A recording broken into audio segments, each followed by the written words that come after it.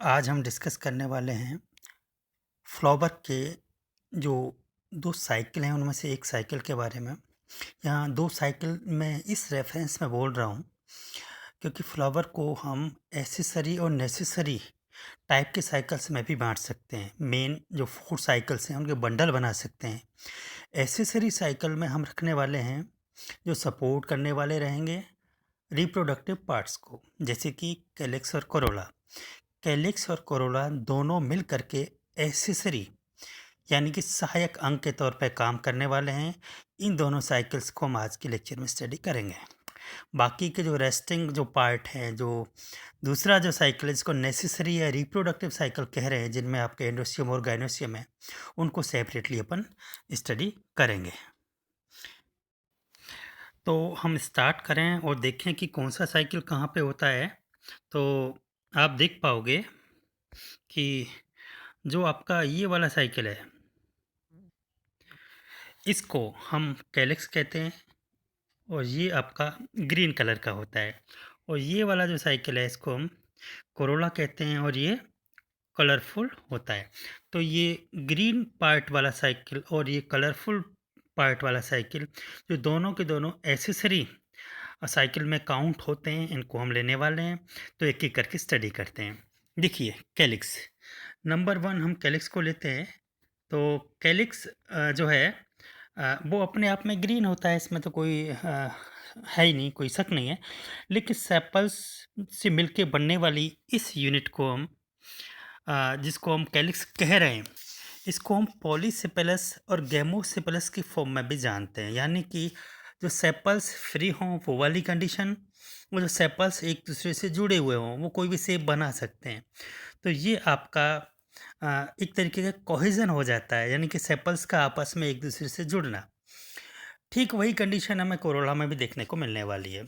कभी कभार क्या होता है कि हम जब कैलिक्स को और कोरोला को यानी कि सेपल्स को और पेटल्स को डिफ्रेंशिएट नहीं कर पाते हैं, हमें अंदाज़ा नहीं पड़ता है कि भाई कौन सा आपका कैलिक्स होगा, कौन सा कोरोला होगा, क्योंकि दोनों का कलर है वो एक जैसा हो जाता है।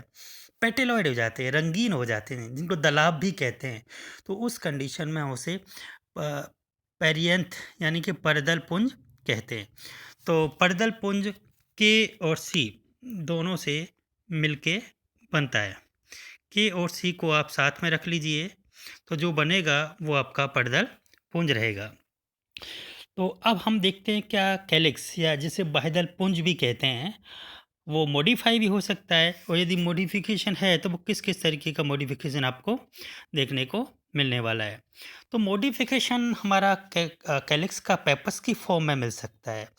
हमने एस्ट्रेसी फैमिली के मेंबर्स में जो हेलियंथस को एग्जाम्पल के तौर पे पढ़ा होगा या पढ़ेंगे, तो वहाँ आपने पेपस को देखा होगा, वो एक तरीके का रूपांतरण है कैलिक्स का। तो कैलिक्स जो है वो आपका पेपस है और पेपस ही कैलिक्स है, ये मॉडिफिकेशन हो चुका है। आपने सिंघाड़ा को देखा होगा, ट्रापा जिसे कहते हैं, उसमें कांटे पाए जाते हैं और इन जो कांटों का जो रोल रहता है, ये जो कांटे हैं ये आपके एक तरीके से प्रोटेक्टिव स्ट्रक्चर होती है और ये मॉडिफिकेशन होता है आपका कैलिक्स का। इस पर एक स्ट्रक्चर होती है, एक आउटग्रोथ होती है जो डेल्फिनियम प्लांट में पाई जाती है, वो भी कैलिक्स का मॉडिफिकेशन है। कभी कभी कैलिक्स जो है फ्लावर के ओपन होते ही एंथेसिस होते ही गिर जाते हैं, उन्हें कैडुकस कहते हैं। कभी कभी ये आपके निषेचन के बाद गिर जाते हैं, उन्हें डेसिडुअस कहा जाता है। लेकिन ये भी देखा गया है कि ये फल बनने के बाद भी उसमें लगे हुए पाए जाते हैं। तो ऐसी कंडीशन में हम कैलिक्स को कहेंगे कि वो परसिस्टेंट है। परसिस्टेंट में 2 कंडीशन बनती हैं। जब वो मांसल हो जाएँ, लगे तो रहें फल बनने के साथ में, और उनको सेपरेट करना मुश्किल हो, जैसे बैंगन में देखा है हमने, सोलेनम मेलोंजिना में, वो मार्सिसेंट होता है। वहीं आपका यदि वो फल में लगा हुआ तो पाया जाए, लेकिन वो आपका कैसा हो, बिल्कुल सल्की हो, स्केली हो, जैसा कि आपके रस भरी में होता है, वो एक्रिसेंट कहलाता है। तो ये सारी बातें हमारी रही आपकी कैलिक्स के बारे में। अब हम डिस्कस कर लेते हैं कोरोला को। देखिए कोरोला ये वाला जो साइकिल है, कोरोला को हम देखते हैं तो कोरोला पेटल है, पेटल्स कलरफुल होते हैं क्योंकि कैरोटीनॉइड्स और एंथोसायनिन वहाँ पिगमेंट प्रेजेंट रहते हैं उनके अंदर। अब हम देखते हैं कि इस पार्ट में जिसमें कि जो कभी-कभार हरे रंग के भी हो जाते हैं जब उन्हें सेपेलोइड कहा जाता है। क्या क्या ख़ास होता है? तो ख़ास में रहने वाला है कि भई ब्रासिकेसी फैमिली में इसको क्लॉ और लिम्ब की फॉर्म में हम देखते हैं कि 2 सेपरेशन हो जाते हैं।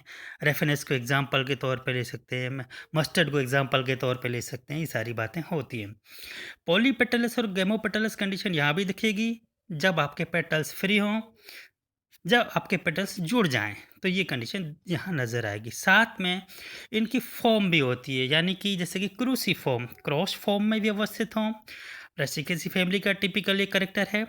कैरियोफ्लेशियस जहाँ आपके समकोण पे होते हैं ये दल जो होते हैं, तो इस तरीके का आप देख सकते हो। रोजेसियस जैसे गुलाब में होते हैं, जिस प्लांट में जिस फ्लावर में ये जिस तरह का शेप लेते हैं उसका इनको नेमिंग दे दी जाती है। डिफरेंट शेप्स के आपको मिलने वाले हैं। इनमें भी एस्टिवेशन पाया जाता है आपके कैलिक्स की तरह, तो वो एस्टिवेशन अपन देखेंगे। तो एस्टिवेशन अपना हो सकता है आपका 5 तरीके का, वॉल्वेट, ट्विस्टेड, इम्ब्रिकेट, जो असेंडिंग डिसेंडिंग में हम बांट सकते हैं, और क्विंक्विंशियल।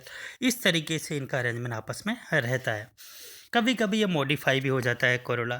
कोरोला का मॉडिफाई होकर के क्या बना लेते हैं, यानी कि कोई आउटग्रोथ निकल जाती है, जैसे स्पर होता है वो डेल्फिनियम में जैसे कैलिक्स का भी बनता था, तो वो उसका एग्जाम्पल है। साथ में आपको कोरोनल कोरोना का नाम सुना होगा आपने। आजकल जो कोरोना है उससे थोड़ा हटके है ये, जो कि आपके नेरियम में प्रेजेंट होता है। तो कोरोला काफ़ी मॉडिफिकेशन भी कर लेता है, तो वो हमें एग्जाम्पल के तौर पर डिफरेंट प्लांट्स में देखने को मिलेंगे। आज के लिए इतना ही। Thank you.